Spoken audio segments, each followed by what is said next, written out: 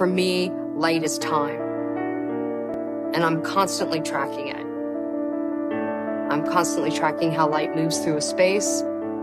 I'm always noticing the subtle shifts that occur throughout the day. These really fragile moments, how to hold them and contain them so that they can be appreciated longer.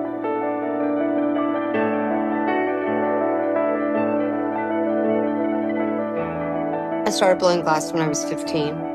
I just came across some guys blowing glass. I climbed the fence. I was like, what are you guys doing?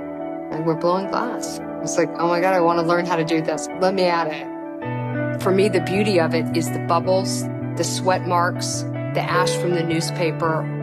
Glass is such a seductive material, but for me, it's just the carrier of the light. There's a lot of branches to the tree of lighting. And the branch that I'm focusing on is this sacred, meditative light. I believe strongly that light has healing powers. I believe strongly that light can bring us back to center. I see peripherally and I bring it into focus by actually creating it in a form. And it can be something as fleeting as a sunset. And how do you hold that fragile moment? Which could be a touch, which could be a color, which could be a smell. And so with lighting, that's reflective light of a rainstorm I remember as a kid.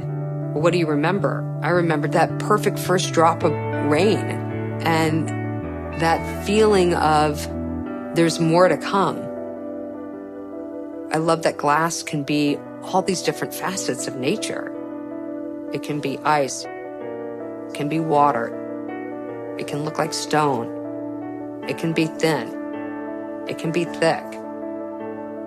The work is based on stories and instruments in different times, but it's all the memory of those stories and aspects of different times.